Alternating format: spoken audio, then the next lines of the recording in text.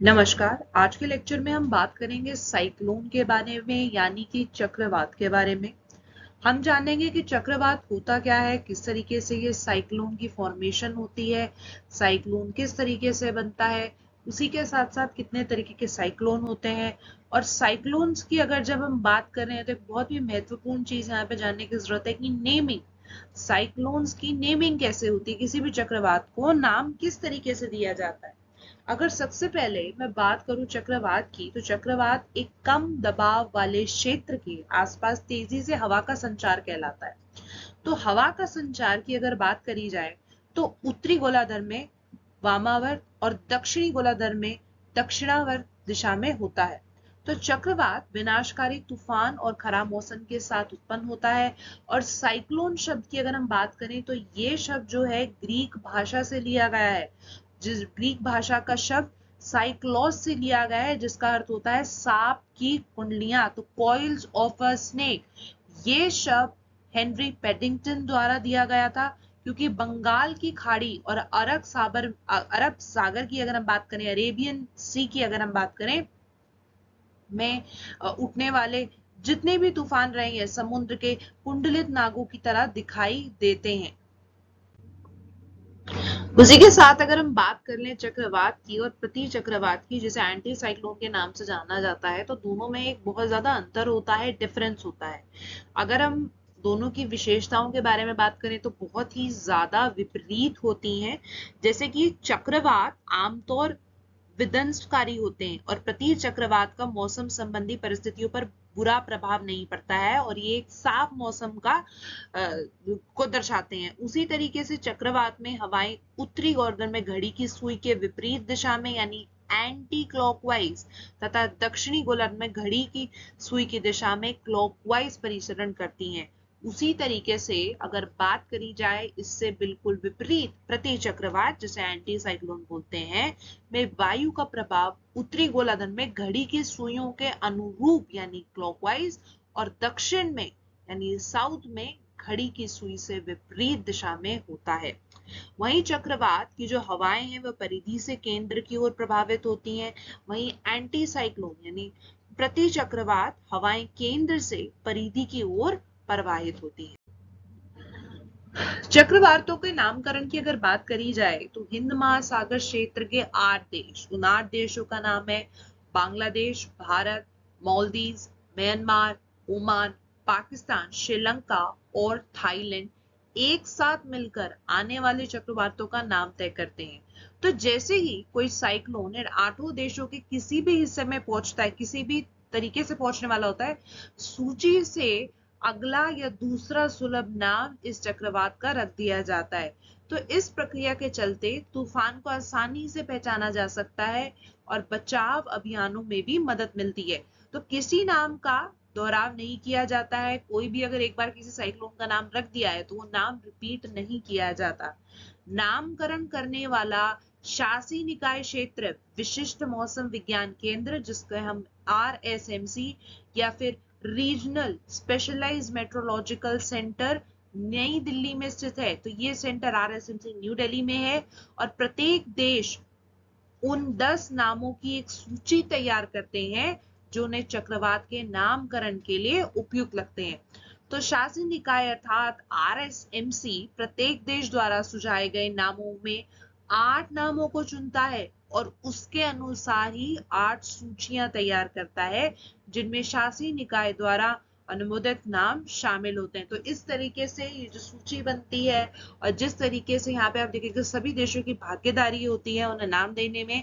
और सबसे महत्वपूर्ण चीज यहाँ पे कि इस तरीके से अगर नाम दे दिया जाए किसी भी चक्रवात को, तो उसे जानने में और उसे पहचानने में सभी देशों को बहुत आसानी होती है।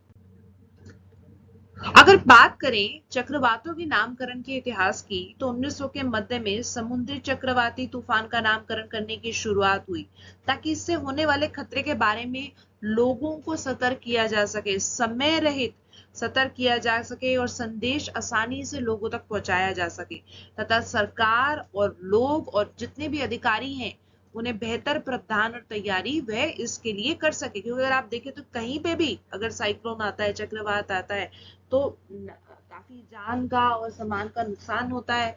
लेकिन अगर हम बात करें 1900 की, तो उस समय ये प्रक्रिया इतनी व्यवस्थित नहीं थी, ये जो पूरा प्रोसेस था ये इतना सही नहीं था। तो साइंटिस्ट विशेषज्ञों के अनुसार नामकरण की विधिवत प्रक्रिया बन जाने के बाद ये ध्यान रखा जाता है, बहुत ही महत्वपूर्ण, कि चक्रवाती तूफानों का नाम आसान हो और याद रखने लायक होना चाहिए, ना कि ऐसा कि नाम जो याद ही न रखा जा सके। इसीलिए स्थानीय लोगों को सतर्क करने, जागरूकता फैलाने में मदद मिलती है। तो ये सबसे बड़ा कारण है कि क्यों चक्रवात का नाम रखा जाता है। 1950 की अगर बात करी जाए, तो 1950 के मध्य में नामकरण को और भी क्रमवार ढंग से सुनिश्चित करने के उद्देश्य से विशेषज्ञों ने उसकी बेहतर पहचान के लिए इनके नामों को पहले से क्रमबद्ध तरीके से रखने हेतु अंग्रेजी वर्णमाला के शब्दों के प्रयोग पर जोर दिया, कि जिस तरीके से अगर किसी भी साइक्लोन का हम नाम रखते हैं तो एक अल्फाबेटिक ऑर्डर जो हो वो इससे फॉलो हो। देखिए, अगर कोई भी तूफान है, कोई भी चक्रवात है, और अगर वो किसी भी हिस्से में घुस रहा है, तो ये जानना बहुत जरूरी है, जैसे कि हम नामकरण की यहाँ पे बात करें, कि आसान सा नाम उपलब्ध होना चाहिए, ताकि लोग जो है, जो लोकल पीपल है, वहां के जो लोकल आदमी है, उन सभी को समय आते हेतु सतर्क किया जा सके, ताकि उनकी जान उस समय बच सके। और एक क्रोनोलॉजिकल ऑर्डर, एक अल्फाबेटिक ऑर्डर यहाँ पे फॉलो होता है नाम रखने के लिए। उसी तरीके से अगर बात करी जाए, तो 1953 से मियामी नेशनल हरिकेन सेंटर और वर्ल्ड मेट्रोलॉजिकल ऑर्गेनाइजेशन तूफानों और उष्णकटिबंधीय चक्रवातों के नाम रखता आ रहा है। WMO जिनेविया स्थित संयुक्त राष्ट्र संघ की एक संस्था है। तो WMO वर्ल्ड मेट्रोलॉजिकल ऑर्गेनाइजेशन। तो पहले अगर बात करी जाए, उत्तरी हिंद महासागर में उठने वाले साइक्लोन को कोई नाम नहीं रखा जाता था, क्योंकि ऐसा करना विवादास्पद काम था। इसके पीछे कारण ये भी रहा है कि जातीय विविधता वाले इस क्षेत्र में सावधान और निष्पक्ष रहने की बहुत ही ज्यादा जरूरत रही, ताकि ये लोगों की भावनाओं को ठेस ना पहुंचा सके। वहीं वर्ष 2004 से चक्रवातों को RSMC द्वारा अनुमोदित सूची के अनुसार नियमित किया जा रहा है, ताकि जैसे कि हमने अभी ये बात करी कि क्यों इसकी एक सूची बनाकर पूरी तरीके से तैयार करी जा रही है, ताकि इसके नामांकन में काफी आसानी हो। तो अगर हम बात करें, तो शुरुआत में तूफानों को मनमाने तरीके से नाम दिया जाता था, लेकिन बाद में मौसम वैज्ञानिकों ने अधिक संगठित और कौशल प्रणाली के तहत तूफानों को नाम देना शुरू किया। अगर अभी की बात करी जाए, तो अभी साइक्लोन मोचा है, जो कि म्यांमार में शुरू हुआ है। एंड और इसके बारे में बात करें, तो इसे एक ऐसी ही एक साइक्लोनिक स्टॉर्म का नाम दिया गया है, जो कि कई हद तक नुकसान हम लोगों को, सभी लोगों को पहुंचा सकती है। तो साइक्लोन मोजा अभी फिलहाल में न्यूज में रहा है, जिसे एक्सट्रीमली सिवियर साइक्लोनिक स्टॉर्म के नाम से इंडियन मेट्रोलॉजिकल डिपार्टमेंट ने नाम दिया, और एक सुपर साइक्लोन भी बताया गया है। साइक्लोन मोजा, जो कि बंगाल की खाड़ी में बना था, बांग्लादेश और म्यांमार में बड़े पैमाने पर विनाश का कारण बना था। उसी के बाद आया बिपरजॉय। बिपरजॉय का ये जो नाम है, या जिसे बिपारजॉय के नाम से भी हम जान रहे हैं, इसका नाम बांग्लादेश ने दिया है। तो यहाँ पे जो सबसे ज्यादा महत्वपूर्ण बात ये है जानने की, कि एक विशेष स्थान पर एक समय में एक से अधिक चक्रवात हो सकते हैं। इसीलिए भ्रम से बचने के लिए बहुत ज्यादा जरूरी है कि हर तूफान को एक नाम दिया जाता है, ताकि किसी भी तरीके की यहाँ पे किसी तरीके का भ्रम प्रकट ना हो सके। तो सामान्य तौर पर अगर बात की जाए, तो जिस तरह का नामकरण होता है क्षेत्रीय स्तर पर नियमों के अनुसार होता है, तो किसी भी तरीके का नियम का उल्लंघन यहाँ पर नहीं किया जाता। तो आज के लेक्चर में हमने जाना कि चक्रवात क्या होता है, उसी के साथ साथ प्रति चक्रवात क्या होता है, तो यानी कि साइक्लोन और एंटी साइक्लोन में क्या डिफरेंस होता है।